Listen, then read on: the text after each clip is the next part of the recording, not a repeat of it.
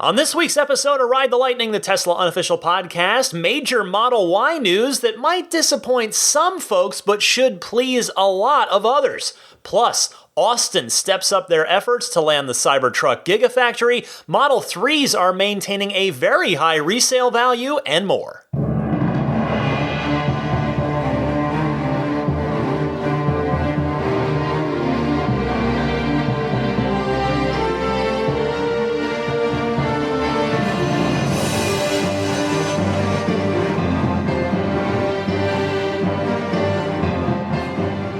What's happening, friends? Welcome to episode 259 of Ride the Lightning, the Tesla unofficial podcast. This one for July 19th, 2020. Daisy the Boxer Puppy snoozing behind me as usual at this time of the night.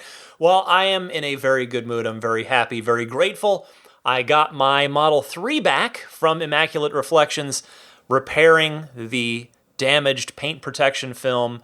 It is good as new. In fact, it's better. It's better than new because they don't come out of the factory looking like that.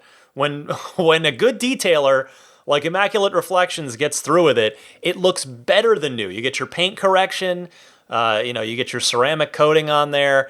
Car looks great. I'm very thrilled. Just happy to have my mistake erased. Yes, it cost me, but you know what? Better again for me. Better that than having to pay for paint repair or living with the damage.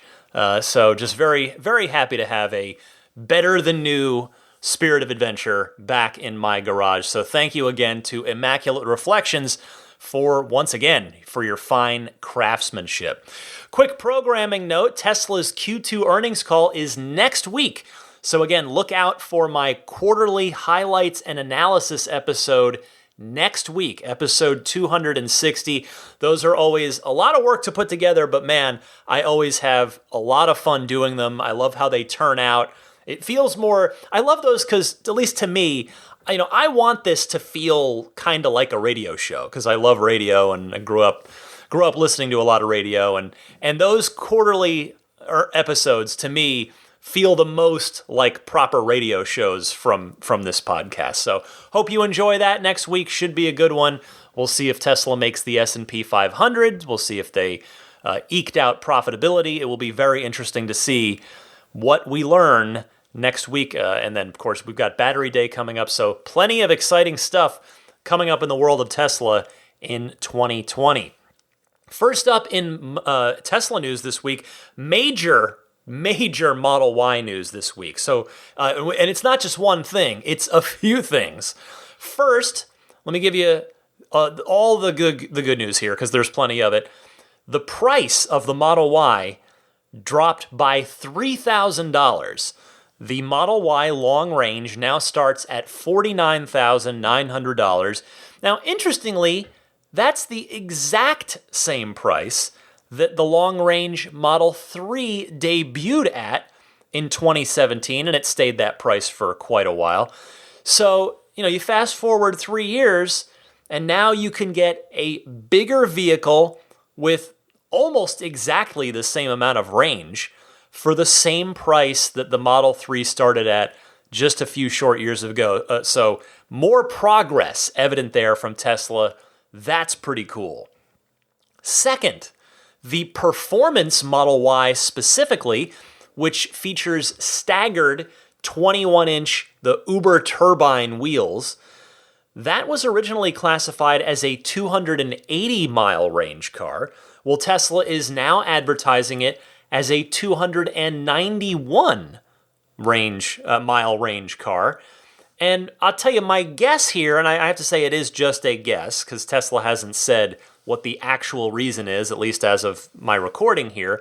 But my guess is that they were really conservative on the original number, the 280 mile number, and that real-world data over time, both in their own testing and externally, because they can pull all that data from the cars if they want to, that I'm guessing they just bore out a real-world figure of 291. I would suspect that there aren't any physical changes to the performance vehicle itself. I mean, it just wouldn't make sense to have a hardware change on just the performance model. That would seem more unlikely than not, given what we know of Tesla's history. So I suspect this is just conservative data proving out to be something that could be updated to be even better in the final real world result. So more good stuff. Now, the good news, this is now probably the best news out of all of this. I think a lot of you will be very happy. If you haven't heard this yet, I am extremely pleased and grateful to be able to be the one to tell you the originally promised rear-wheel drive only Model Y is coming soon now. It is happening. Remember, of course, the car launched in March officially March, with no sign of that rear-wheel drive car. It was just the dual motor long range and then the performance dual motor, and then penciled in for 2021 was the standard range, but there was just nothing on the books as far as that rear-wheel drive Model Y, which was mentioned at the original reveal, and many of you out there probably have an order for it, a reservation for it. Well, you will get to cash that reservation in. You will get to fulfill that order.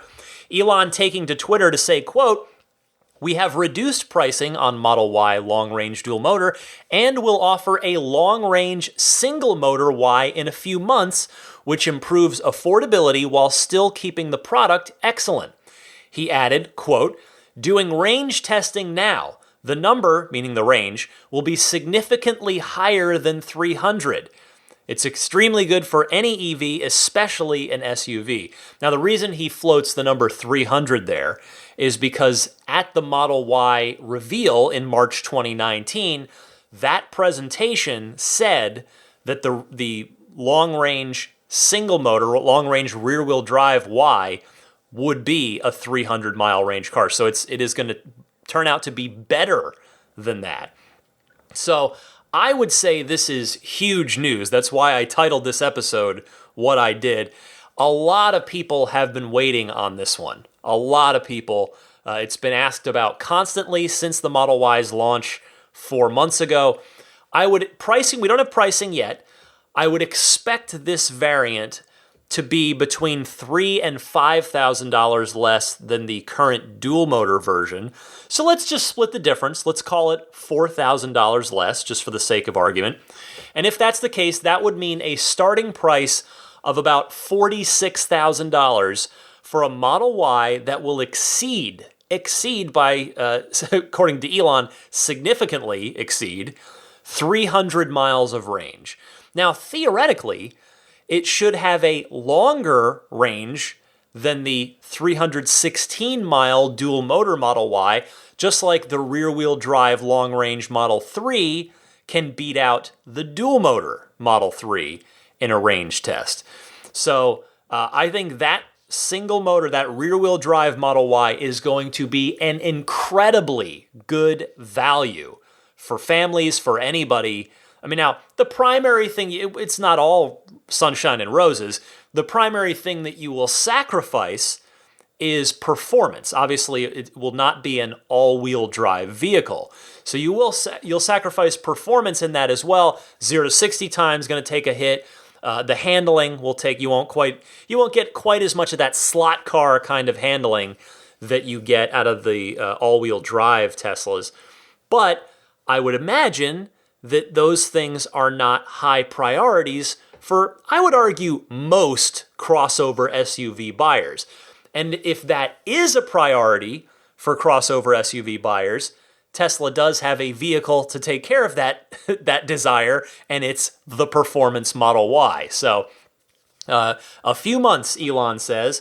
That means it's probably going to be available in Q4, seemingly relatively early on, if his a few months holds pretty true. So that could end up being a particularly big spark for what should already be a very big fourth quarter. Q4 is always the biggest quarter for Tesla, as I think it is for most, if not all, automakers. And having that rear-wheel drive Model Y in there with well in excess of 300 miles of range, that should be a very, very popular choice when it goes on sale in a few months. All right, now the bad news. There's a lot of good news. There is one bit of bad news here. For those of you that were waiting for the standard range Model Y, there will not be one.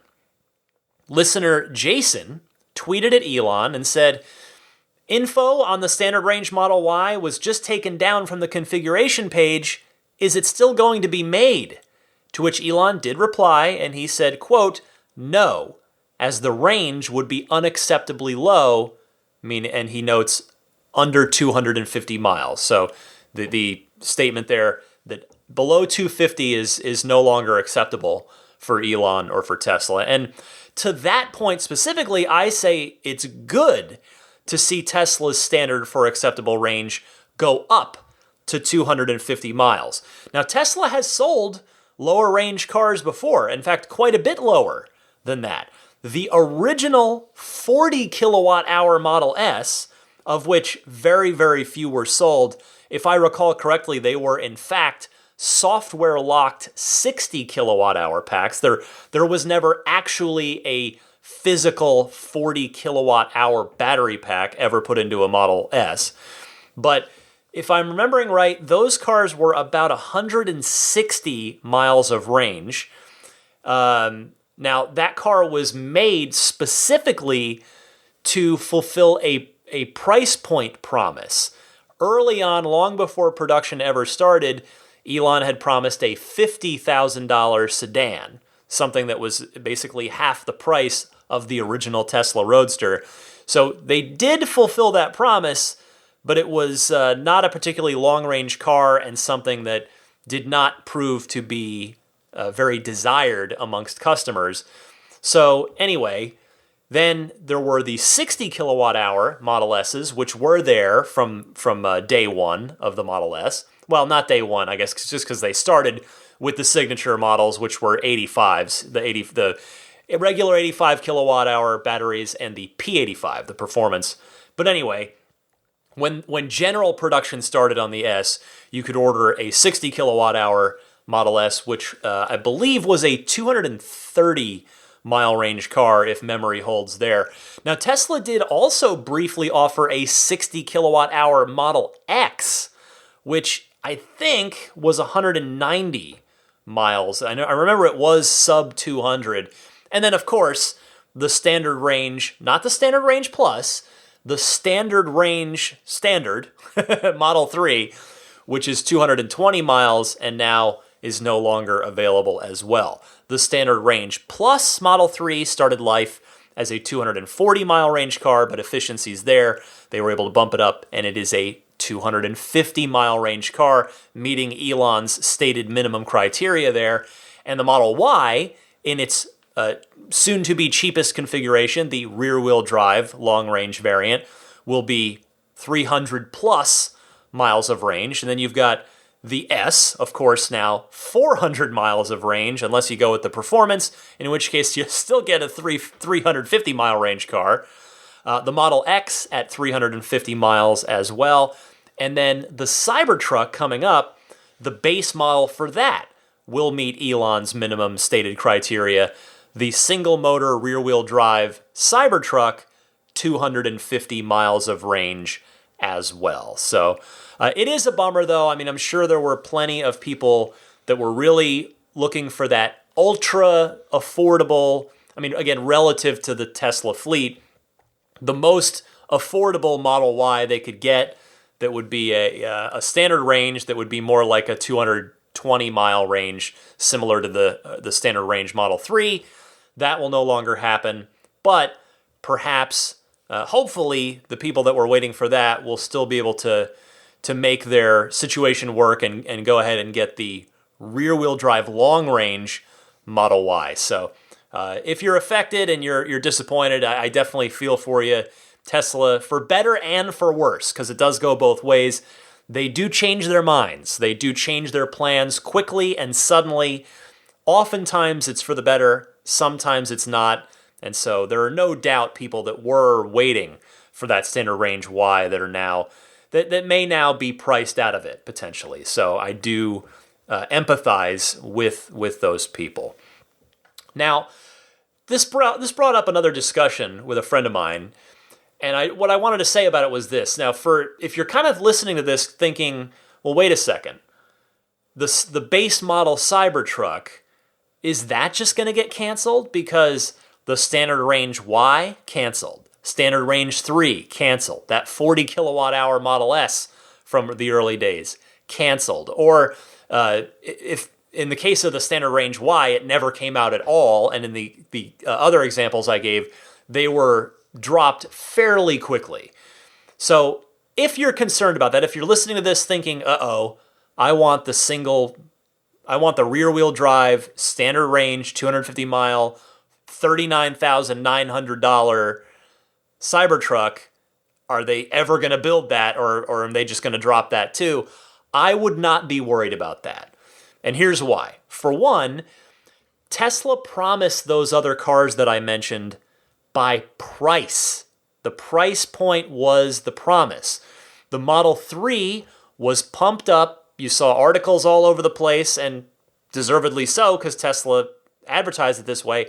The Model 3 was pumped up for years as the Tesla, the $35,000 Tesla.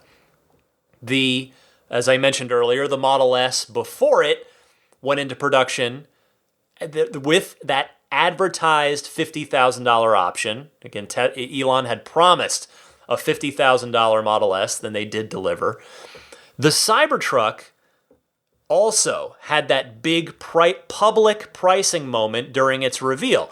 I was lucky enough to be in the room, and I can tell you, and you could probably tell by watching the stream, but I can absolutely tell you from being in the room, of all the crazy things during that Cybertruck presentation, the broken windows, the sledgehammer to the door, all that stuff, just the literal appearance of the truck, of the whole night, when the screen flashed up behind Elon and it said, starts at $39,900, that was the biggest audible gasp in the room that entire night. That was the holy cow moment of that presentation. The Model Y, the standard range Model Y that's been cut here, contrary to those other cars I just mentioned, the Model Y never had a promised base price. There was never get your $37,500 Model Y. That never happened. So Tesla was never beholden to releasing a vehicle at that price point, and thus here they decided to make the decision to cut that standard range model. And I think they'll, again, with empathy to those who were hoping for that, I think Tesla will probably end up not catching a ton of flack for eliminating that standard range Model Y. But mostly good news here, as I said, mostly good news. Now there's one other, this next one, I don't know if it's quite bad news. It's I don't know what it is, so I'm just going to pass it along. Model Y and track mode. If you're buying a performance Model Y and you're hoping for track mode so you can take your performance crossover SUV out to the track and throw it around, well, is the Model Y going to get track mode? Maybe, but not so fast. My friend John from the Tesla Owners Club of Silicon Valley asked Elon, can we get track mode for the Model Y? Is it possible? Elon replying to John, saying simply, yes. Now, while the Model Y might, in fact, get a track mode, because remember, Tesla had actually previously, said no to track mode on the Model Y, Elon could have been replying to the is it possible part, because he's done that kind of stuff before, and I'm not blaming John, I'm not trying to throw him under the bus, but you do kind of have to be careful with the way you word things to Elon, because it can, if he gives you an answer, it can end up, in this case, being vague and not being something that you're particularly certain of. So it is, of course, possible for the Model Y to have track mode. It's simply a software decision now on Tesla's part. But the question is, what did Elon say yes to? The track mode itself for the Model Y, or just that it's possible on the Model Y. So I do hope it does happen, but I guess my ultimate point here is to say, keep your expectations in check on this one. Maybe don't start planning any track days with your Model Y just yet until if and when it actually does happen. So I'll keep an eye on that. We'll see what happens. Next up this week, in yet another busy week of Tesla news, Gigafactory 5 coming to the central United States. We're down to seemingly 2 locations. Well, we've got an update on that, and I want to tip my cap to listener Adrian Bratato. Adrian, thank you so much for alerting me to this. The Silicon Hills News, which is a tech site covering Austin and San Antonio, says Travis County commissioners, Travis County being the Austin area there, Travis County commissioners just approved an economic incentive agreement with Tesla, and the $1.1 billion Gigafactory is one step closer to becoming a reality if Elon Musk and Tesla pick Austin as the location for its Cybertruck manufacturing plant.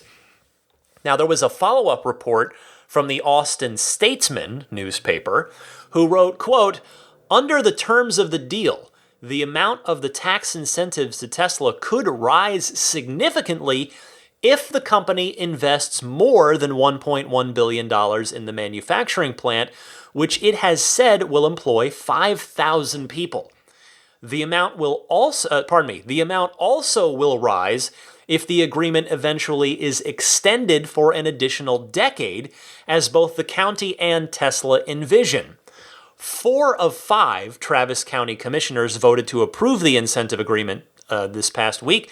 Commissioner Jeff Trevelyan, whose district includes the potential site for the factory, he said that the risk of losing the project was too great, so he voted yes. He said, quote, "We are talking about a transformational project that will address poverty and opportunity in that area for generations," he said.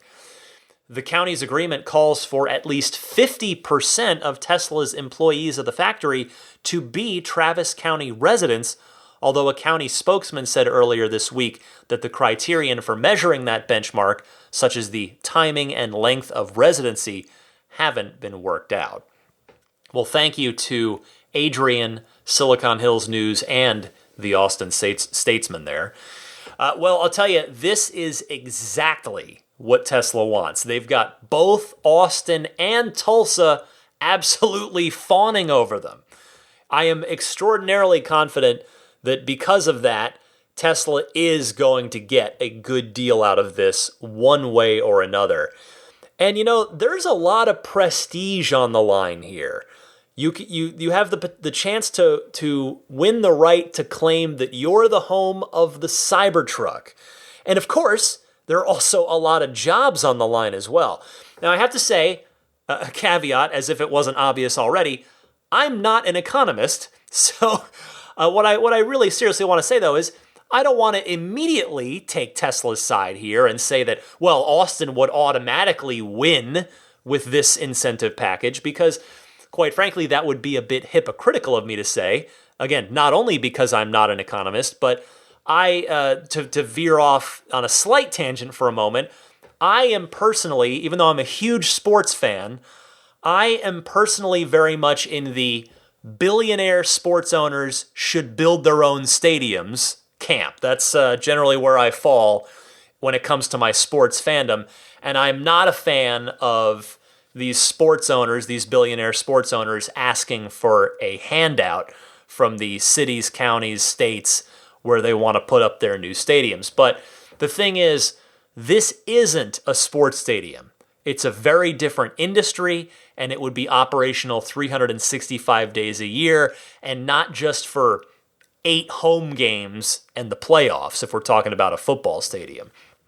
But what I think is reasonable to point to, even if I'm sure you could poke a million holes in my sports stadium kind of sort of comparison there, but what I do think is reasonable to point to is Gigafactory 1 in Reno, which by all accounts, Tesla has held up their end of the bargain there thus far, in terms of the job creation. So I think that is something that the local and state governments in Austin and Tulsa can look to as they continue their efforts to woo Tesla. I mean, at this point, I wonder how much longer it's going to be before Elon and the Tesla team make their final decision, because I would think they'd want to try and do it soon, because they're going to want to break ground as quickly as they possibly can, because that Cybertruck is still currently on paper due to start production towards the end of 2021. That's basically less than a year and a half at this point. So we'll see what happens when it comes to the Gigafactory 5 decision. Next this week, a quick update for Model S and Model X supercharging. Turns out newer builds of those cars are going to be able to now do 250 kilowatt supercharging, just like the 3 and the Y. Elon saying on Twitter, quote, "We had to increase some wire thickness in S and X to reduce resistive heating. Technically, it won't quite be 1,000 miles per hour charging, as the X especially is much bigger than the 3, end quote. Now, regardless, I think it's great to see this, because for a while this has left not just me but a lot of Tesla fans and certainly S and X owners scratching their heads, because while I know Tesla has its reasons, it's never made practical sense that the more premium and more expensive flagship cars in the Tesla fleet cannot charge as fast as the 3 and the Y can. So love seeing the S and the X get that supercharger boost so that they can charge pretty well as fast as any of the other cars in the fleet. Let's see here. A few more stories. We're still going this week. Next up, Model 3s are holding up very well in the resale value department. Thank you very much.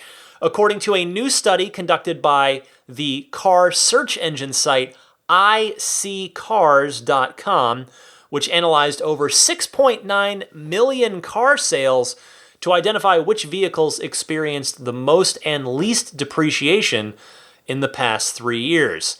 Now, as it turns out, the Model 3 is able to retain its value over 5 times better than other EVs in the market. This story I saw this on Teslarati, so this is their report. Thank you, Teslarati. As noted by IC Cars in its recent study, a vehicle generally depreciates 39.1% after the average lease term of 3 years.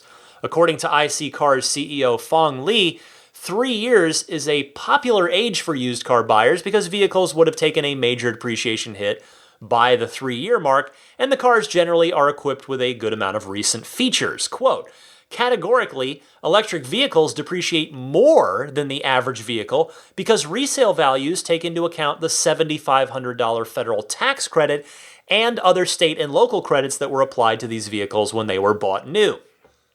Because the technology of EVs changes at a rapid pace, obsolescence also plays a role in their dramatic depreciation, as well as consumer range anxiety and lack of public charging infrastructure," the CEO explained. That was a quote there. And continuing, quote, "The Tesla Model 3 is still very much in high demand since it started production in 2017. Even though it doesn't present a bargain compared to its new car price, it offers consumers a more affordable option for owning a Tesla," the study noted. Well, I'll tell you, I get why EVs depreciate faster, generally speaking. You've got the tech advancing more quickly, and you've got cars, sorry to pick on it, but it's well documented, like the first generation, not the new one, the first generation Nissan Leaf, battery degradation is a major problem with that car. It hits hard and it hits fast.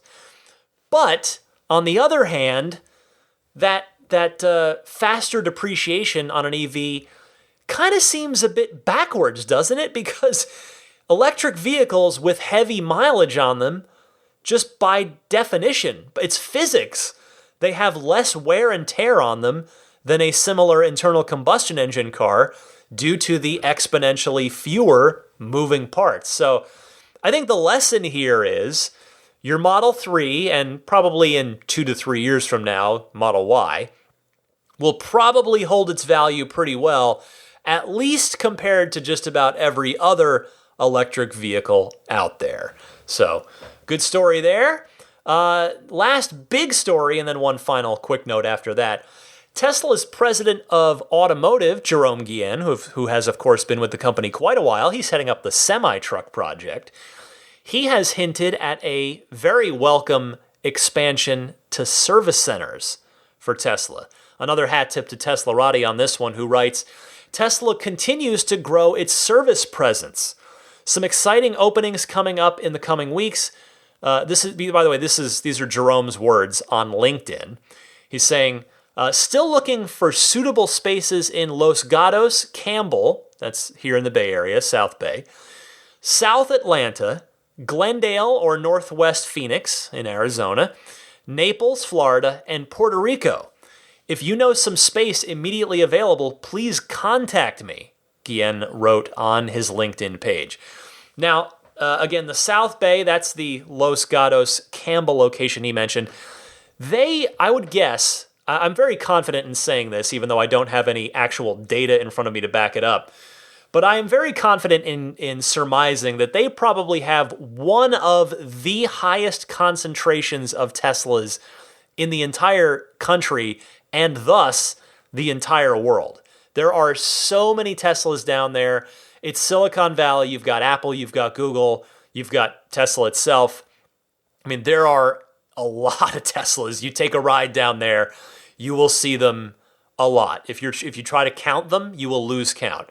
But so my point there is to say it is no surprise that Tesla is looking to get another service center down there. Now, that will no doubt be music to the ears of listeners like Elizabeth from Los Gatos, a regular caller who we're actually going to hear from a bit in the Ride the Lightning hotline, and a lot of other listeners as well. So that is good news. Now, meanwhile, I can personally relate to the Phoenix area there with Glendale, the Northwest Valley, because as you know, if you've been listening for a while, my parents are down there, and I've got a lot of extended family in Arizona as well, in the Phoenix area. And I definitely know from talking to them, from talking to folks in the Tesla community in Arizona, they're stretched pretty thin down there with the existing Scottsdale and Tempe locations, which are both in the East Valley. The West Valley could certainly use a location, because if you don't know, if you're not familiar with the Phoenix area, the Phoenix metro area is huge. I mean, it's just vast. So, getting from one side to the other, it's a lot of miles, a lot of time. And so getting a service center over on the west side of town would be huge there. And then as for the others, good news on Florida. We know there's plenty of Teslas down in Florida as well. And then especially Puerto Rico as well. It'd be awesome to see Tesla get an official presence going on in Puerto Rico too. I mean, service center expansion is just absolutely critical to not only Tesla's growth, their future growth, but also for their customer retention. You've got to keep the existing customers happy and keep their cars on the road. So I hope to see more and more and more service center locations popping up. Finally this week, if you happen to listen to podcasts in your Tesla, for instance, this one, if you listen to podcasts in your car via the Bluetooth connection on your phone, well, Elon's got some, if it's not quite good news, it's certainly encouraging news. Because he says, quote, in general, we need to improve how podcasts play in the cars, he's certainly saying there. So hopefully that means you're going to see some improvement there soon. I know I see a lot of posts in the community, and I get some calls and emails from time to time that the podcast listening experience through your phone, through the Bluetooth in the car, is a flawed situation. It'll not save where you left off. It's not as good as it should be. So glad to see Tesla paying attention to that, and thus hopefully improving it fairly soon. All right, that is the end of a busy Tesla news block for this week, but stick with me. I've got plenty of your excellent Ride the Lightning hotline calls coming up, plus your pro tip of the week and some more right after this.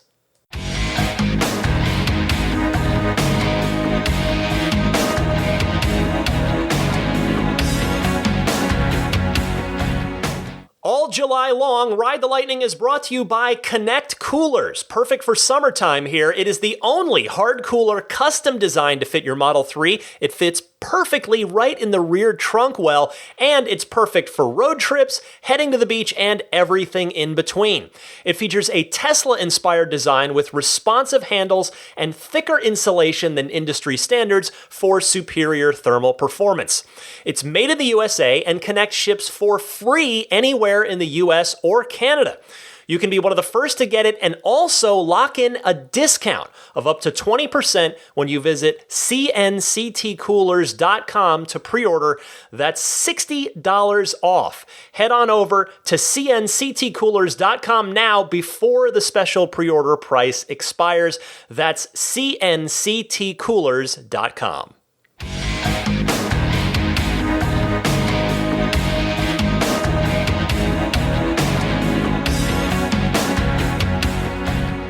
Welcome once again to the Ride the Lightning Hotline, your time to participate in the podcast with your questions, comments, discussion topics. I invite you to participate. There are one of two easy ways that you can do just that. Either use your smartphone's built-in voice recording software, record your question, comment, or discussion topic. Please, respectfully, please try to keep it to 90 seconds or less so that I can get to as many callers each week as possible. And then email that file to me at teslapodcast@gmail.com, or you can do that same thing with your same 90-second or less question, comment, or discussion topic and dial into the Ride the Lightning hotline itself and leave a message. You can call or Skype it at 1-888-989-8752. Again, that's 1-888-989-TSLA. And if you know someone special with an upcoming birthday, anniversary, graduation, or some other special occasion, you can give them a unique gift of recorded voices from friends and family telling them why they're special. The recordings can be podcasted or put onto a keepsake. Visit lifeonrecord.com to learn more. Going to start it off with unfortunately, this person did not identify themselves, but I am happy to help regardless. So, anonymous caller, kick us off. Ryan, hey man, hope you're doing well. Hey, I just wanted to let you know I got my first Model 3 last month and am enjoying it a lot. And I have to say, I owe a lot of the credit to wanting to get a Tesla to you, man. I've been listening to your podcast for some time now and really appreciate it and try to be a very faithful weekly listener. And I wanted to ask you a question, actually, or if you know, or if anybody out there in the audience might know. So we are taking a short trip to the Tennessee mountains, to the Smoky Mountains here coming up in August, trying to socially distance and still doing that, of course. But we're going to be staying in a cabin out there. And I'm from the Midwest. We're from Indiana. So I'm used to very flat ground. And regenerative braking is great here, of course. But my question was, when you're coasting down mountains and hills and such, in a normal ICE car, you have to a lot of times gear down so as to not make your brakes get hot or anything like that. And I was wondering if anybody out there might be able to give me some insight or wisdom on, is there anything special that I should do with my Model 3 when it comes to regenerative braking, or if there's anything else that I should be aware of when driving down steep grades or maybe long grades of just coasting. So any information you can give me on that, that would be amazing. Always look forward to the podcast every week, and keep up the good work, man. Thanks. Bye. Thank you so much for calling in. I am happy to try and help you with this. In short, no, you don't have to worry about anything.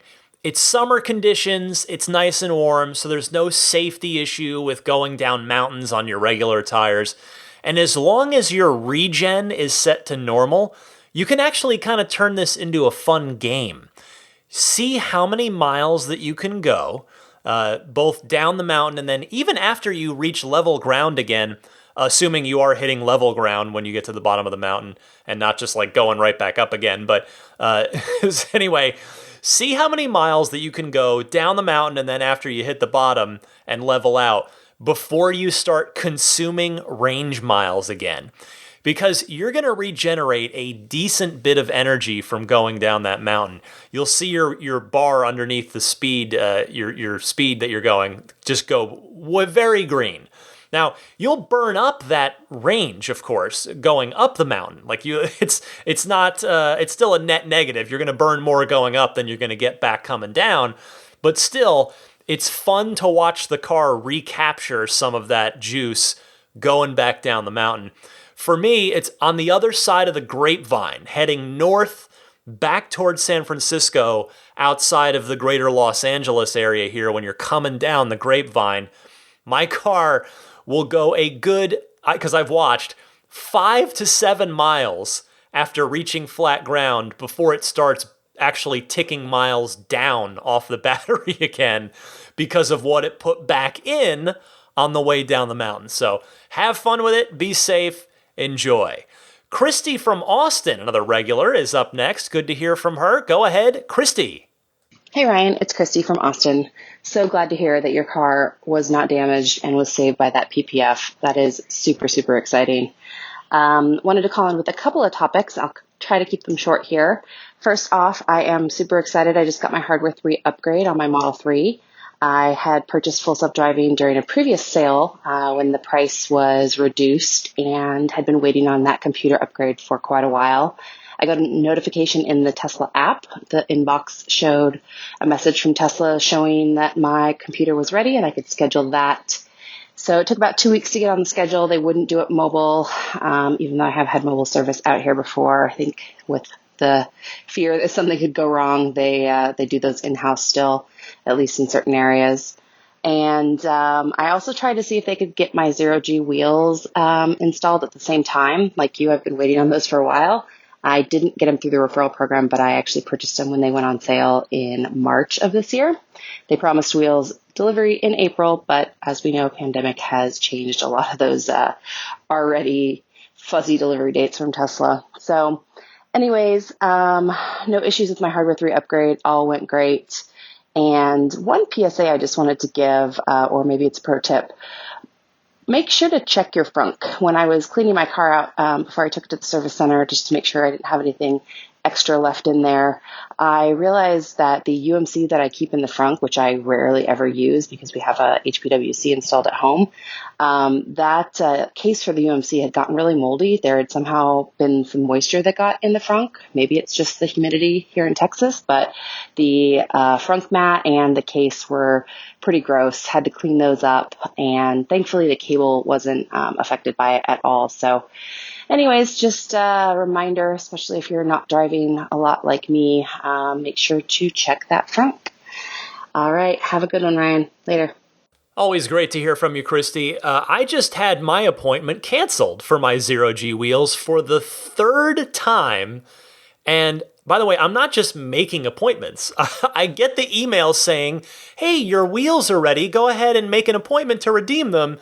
Now they're telling me, please make an appointment in the 2nd week of August. So if that holds, I'll have ended up waiting 3.5 months for them, which is a little silly considering they sent out emails 2 months ago telling people they were ready. But hey, oh well. What can I say? I'm getting them for free from the referral program, so can't really complain.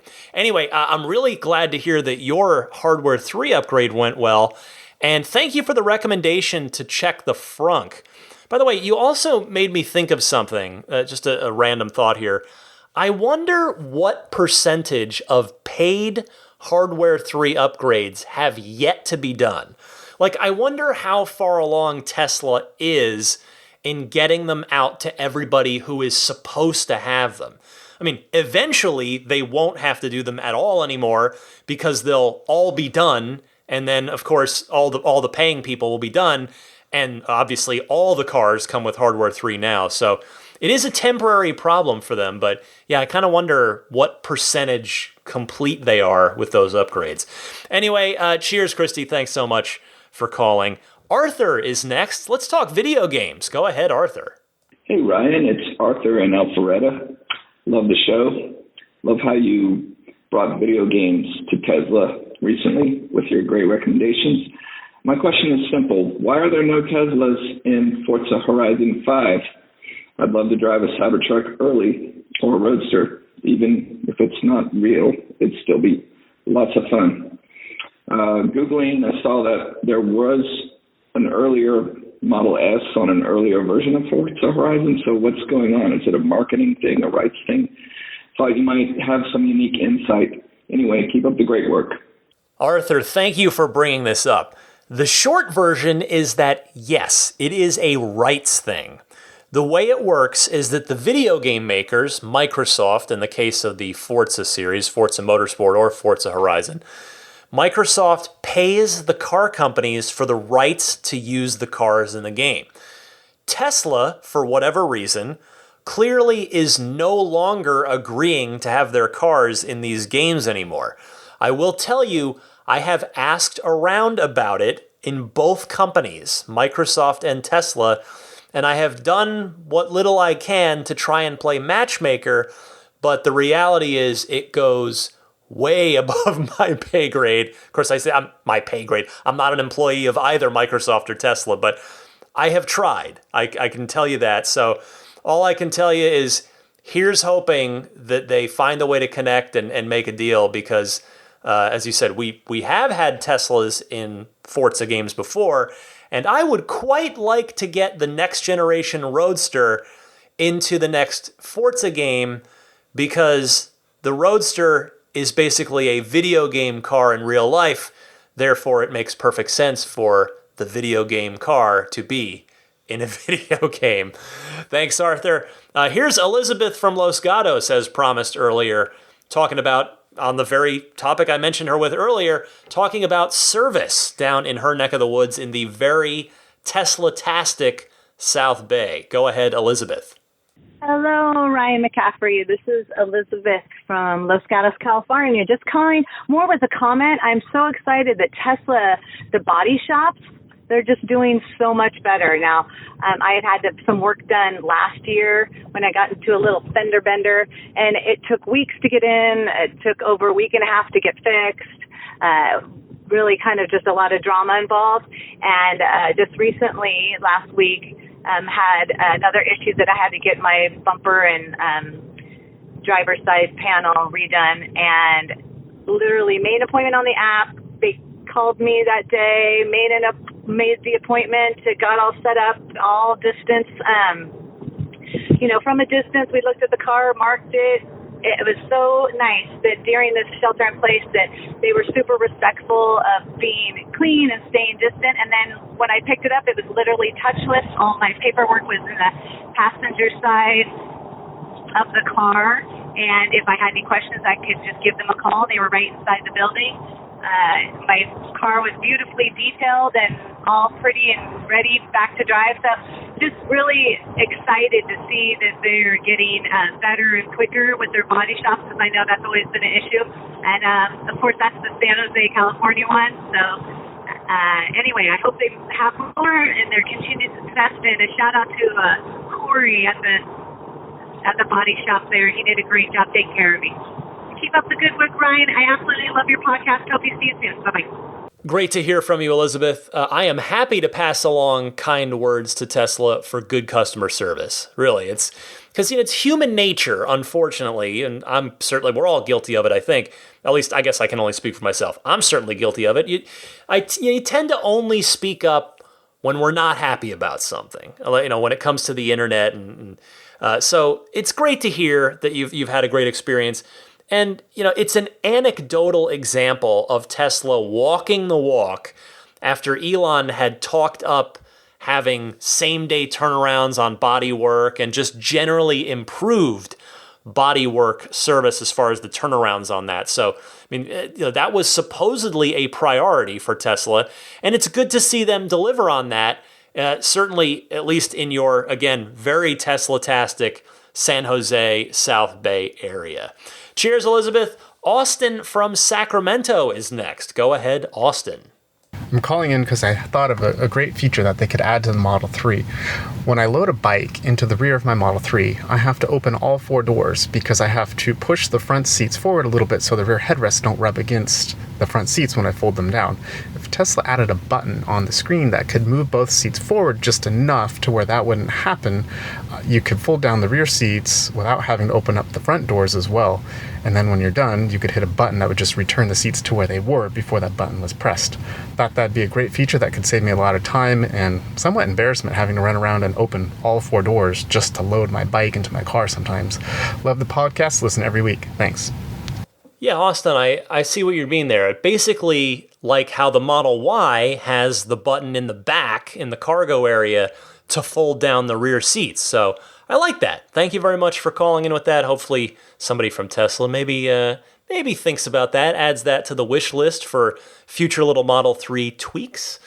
Brian from Pennsylvania is next, responding to something from a couple of shows back. Go ahead, Brian. Hey, Ryan, this is Brian from Waltham, Pennsylvania. Listening to your recent podcast, you were talking about the new Roadster and having the 600-mile range and what it would cost to charge it at a supercharger. My question is, obviously, charging rates vary and costs per kilowatt hours, vary. Where here in Pennsylvania, I'm paying 12 cents a kilowatt hour, so I would think it would be a lot cheaper here than maybe what you were quoting. But my question, maybe someone else has already pointed this out, your math seems fuzzy. Just in basic layman's terms. I've commented before on my old 1996 Mazda Protege, which is finally dying and going to the scrapyard. It has about a 320-mile range on a full tank of gas, and it costs, when it was $3 a gallon, it would cost about $30 to fill it. So for a 600-mile range, it would be about $60, pretty simple math there. And that comes out to basically the same cost as a Roadster. And I already know an electric car costs about a third or maybe even less to run than a ICE car. So trying to figure out where your math came from, and maybe it needs to be redone, or maybe I'm missing something, because that is always a possibility.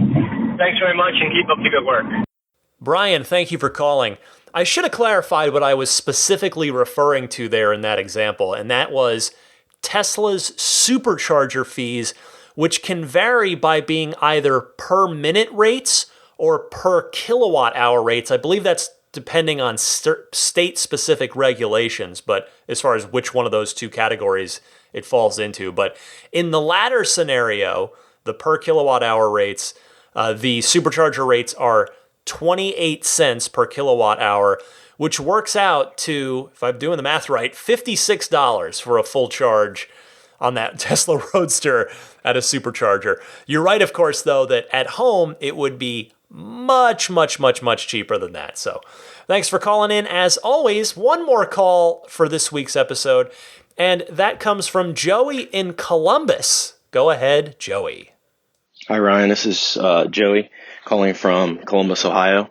I called a couple months ago regarding some issues with a car wash, like not really an issue, but how you car wash with a Tesla. Anyway, I picked up my Model Y just on Sunday, and just wanted to respond to one of the callers that called in last week regarding some issues with like fit and finish and things not being right. I went in to pick up my car and was a little concerned that, from all the stuff that I'd read, that there was going to be some issues. And while there are a few things that I think could be better, the Tesla service has been pretty quick to respond to those and said that they'll get them fixed. Overall, I love this car. I'm 6'2", and I feel like I fit very comfortably in the front seat. So I don't know if a Model X would be necessary, especially for the difference in the price. But overall, I think this is going to be a great car for our family.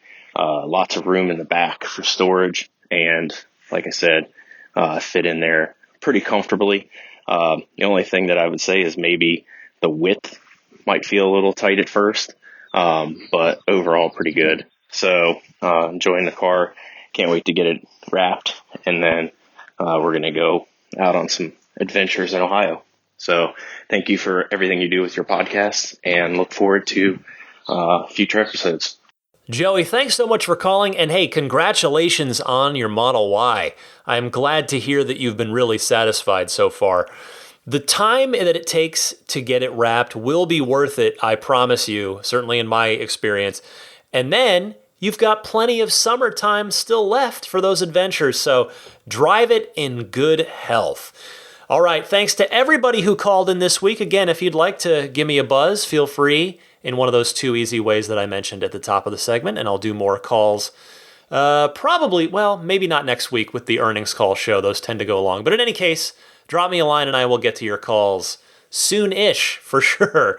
All right, stick with me. I've got your pro tip of the week and more coming up right after this. This is Steve Downs, the voice of Master Chief, Sierra 117. You're listening to Ride the Lightning, the Tesla unofficial podcast. You know, that Cybertruck looks a lot like a warthog, doesn't it? Master Chief, out. Thank you, Master Chief. Yes, this week, it's earnings call, and it's the Xbox showcase where we're finally going to get to see the Halo Infinite campaign. We're going to finally see this game and see what it's all about. It's been 5 years since the last mainline Halo. I'm very, very excited for this one. All right, anyway, back on topic. As far as what I've been doing with my car, like I said, I am honestly just grateful and happy to have my car back. I mean, every time I drive my wife's car, and again, I don't mean this as a slight against her car. I'm not trying to hate, but it's when I'm in another I'll just say any non-Tesla, it really reminds me of how honestly lucky and grateful that I am to own a Model 3. I mean, it is a wonderful, incredible privilege that I try not to take for granted. Real quick video game suggestion, keeping that rolling for those of you still working from home, hanging at home, just sheltering in place. Wanted to mention one of the best games, series of games that you can now get in a collection, Batman Arkham Collection. It's 3 Batman games made by a wonderful developer by the name of Rocksteady, who's based out of the UK. And the Batman Arkham Collection, again, 3 titles. All 3 are excellent. I think Arkham City, which is the second one, that's my favorite. Some people like the first one, which is Arkham Asylum, the best. The third one, Arkham Knight, little flawed, particularly towards the end. Gets a little excessive with the Batmobile.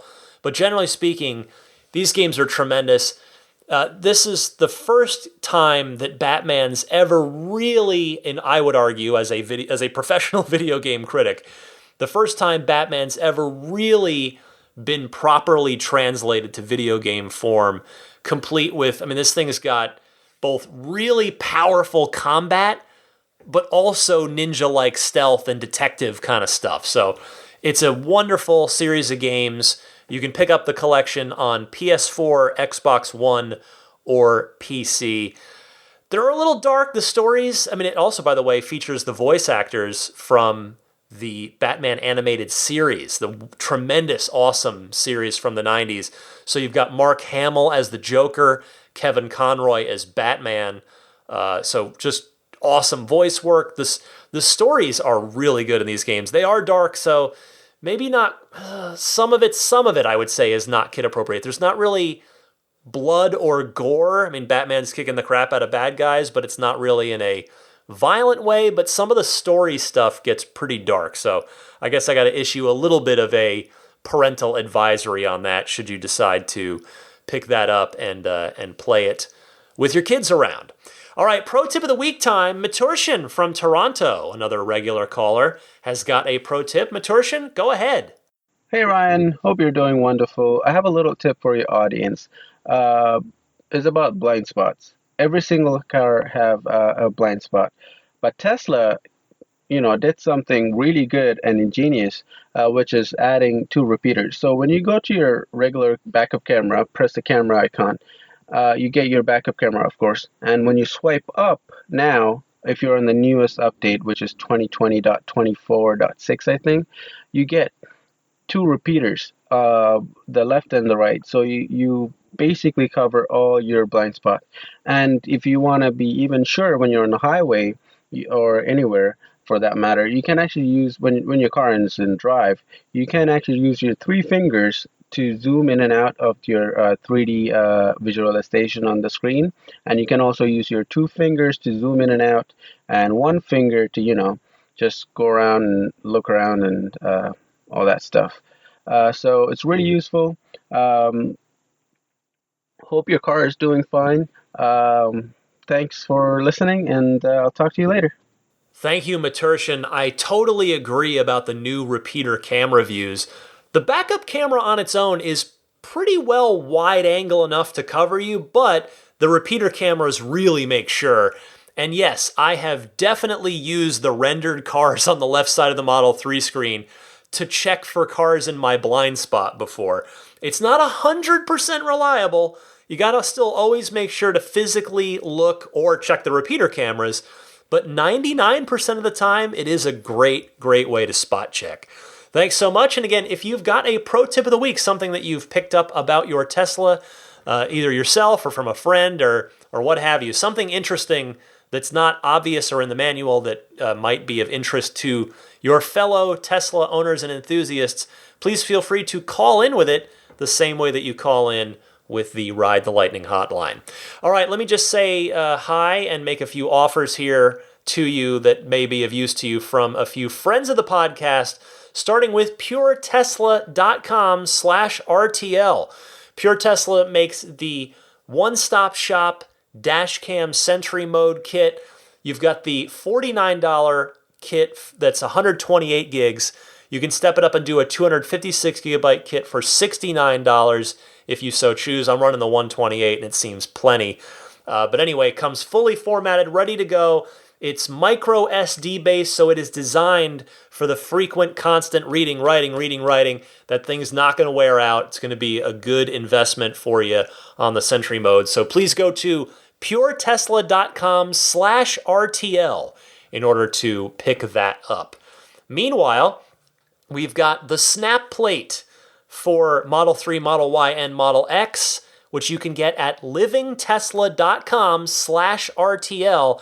That front license plate bracket for people like me that hate front license plates. It snaps on and off in seconds, comes with the tool you need, so you can even keep that tool in the glove box or in the frunk or trunk somewhere, so if you want to take it on and off easily, you can do that. So if you want to take it off for car shows, put it on at parking meters, take it off to clean the car, put it on for toll roads, whatever you want to do, you can get that nice, awesome, easy snap plate, and you can get that again at livingtesla.com/RTL. Meanwhile, abstractocean.com has got all kinds of great Tesla accessories, from tempered glass screen protectors to awesome, super bright, or even colored lights if you want, lighting kits for the interior of the car, as well as those awesome different styles of wraps for the center console. That center console that's so fingerprint, dust, and scratch prone, why not get rid of that? Put on a nice wrap for it yourself using one of those cool styles that they've got several styles to choose from. Abstractocean.com, and use the coupon code RTL Podcast at checkout, and you'll get 15% off of your first order. Meanwhile, Jada, they've got the new version 3 of the wireless charging pad. I've got the version 2. They did reach out. They're kindly sending me one of the version 3s. So I will be able to tell you very soon about just real world, like actually what I think of the upgrade from V2 to V3. But in any case, the V3 charges faster. It uses, they say it's a grippier material that they're making it out of, so the phone really stays in place even a little bit better. So anyway, they've got the wireless charging pad for Model 3, or of course that's for all but the newest Model 3s that come with it built in, but still plenty of Model 3s out there that could stand to have a wireless charging pad. So if you're interested in that, or for the 3 or the Y, including the new ones, a USB hub that'll get you some extra USB ports, including some USB-C ports. If you're interested in either or both of those, please use my referral link to order them. And that link is getjada.com/ref/8, and Jada spelled Jeda. Finally, of course, there is Immaculate Reflections, who just took excellent care of me once again. Discount is available for listeners of the show. I can personally vouch for that because I just used the discount this week when I picked up my car and paid the bill. So Jeff at Immaculate Reflections does incredible work. If you want to do ceramic coating, you want to do paint correction, you want to do paint protection film on some or all of the car, whatever you want to do, Jeff will work with you on your budget and what, the stuff you want to get done. He's happy to figure out what's best for you and your car. So you can get in touch with him via his website or just look up some of his work on his site, which is irdetailing.com. All right, that will about wrap it up. Oh, I guess I'll mention as well my Patreon. I do work very hard on this podcast. I take a lot of pride in it. I try to put as much time and energy and enthusiasm and love into it each week as I possibly can. A lot of research goes into it as well. I use my journalistic background to try and make sure I'm always passing along good, correct information. So if you're willing and able to support me on Patreon, I would sincerely appreciate it because it really does make a big difference for me and my family. Patreon's, it's a thing where every little bit helps. If enough people chip in on it's a recurring monthly thing that you're pledging, and it really does make a positive difference. So you can find out more about that on my Patreon page, which is found at patreon.com/Tesla podcast. Patreon is spelled Patreon. Subscribe on just about any major podcast service. And that, of course, subscribing to the podcast is free. It just means it'll auto-deliver itself to you each time there's a new episode. I am on YouTube, but again, it's just an audio feed. There's no video on there. But if you do listen to podcasts via YouTube, you can find me on there. Just search Ride the Lightning Tesla, and you should find my channel right away. That will about wrap it up. Let me thank the Patreon producers before I go. These are the folks who support me at a level such that they get several little perks, including a shout-out at the end of each week's episode, of which we have now reached the end of the show. So thank you so much to Pete White, George Cassiopo, David Brander, Jonathan Wales, Alexi Heft, Logan Willis, Robert Miracle, Jason Chalukas, Joe Edgel, Tim Hyde, Lawton from Chicago, Peter Chalet, David Vakil, Ulrich Lassa, Luke A., Eric Randolph, David Nondahl, Jerry and Mary Smith, Lyle Austin, Joel Sapp, Dory and Steve Guberman, Daniel Grummer, Jeremy, Tesla Owners Taiwan, Jeremy Harris, Rob Brewer, Ron Lee, John Cody, Matthew Wright, Charlie Gillespie, Kaz Barnes, Neil Weaver, David Perella, Sunil Joseph, Dennis Peak, Will Stedman, Evie Tricity UK, Stig Mickey Jensen, Jeff Angwin, Chase Cabanillas, Richard Folkers, Matt Kalin, Trenton from Myrtle Beach, the Lydia family, Michael Regal, Mark Eversole, Ish, Ramey from TeslaProTips.com, Chris Beach, Aaron Altschul, Steve Radspinner, Jared Brown, Jerome Strack, and as well, Seth Capello. Thank you all so very much for your continued support. Again, it all adds up, makes a big difference for me, so I sincerely appreciate it. For passed out boxer, the puppy over there. Actually, she technically won't be a puppy for long. By next week's show, Daisy will have turned 3. She'll officially be an adult dog. Although if I have any other boxer owners out there, you know pretty well, boxers never really grow up. They're kind of puppies their whole lives. So happy early birthday this coming week to Daisy, the boxer, who's, I'll tell her later. She's sleeping. Anyway, I wish you all a wonderful, healthy, happy, and safe week. Happy electric motoring, and I'll see you back for the earnings call, the earnings highlights show coming up next week. I'll see you then.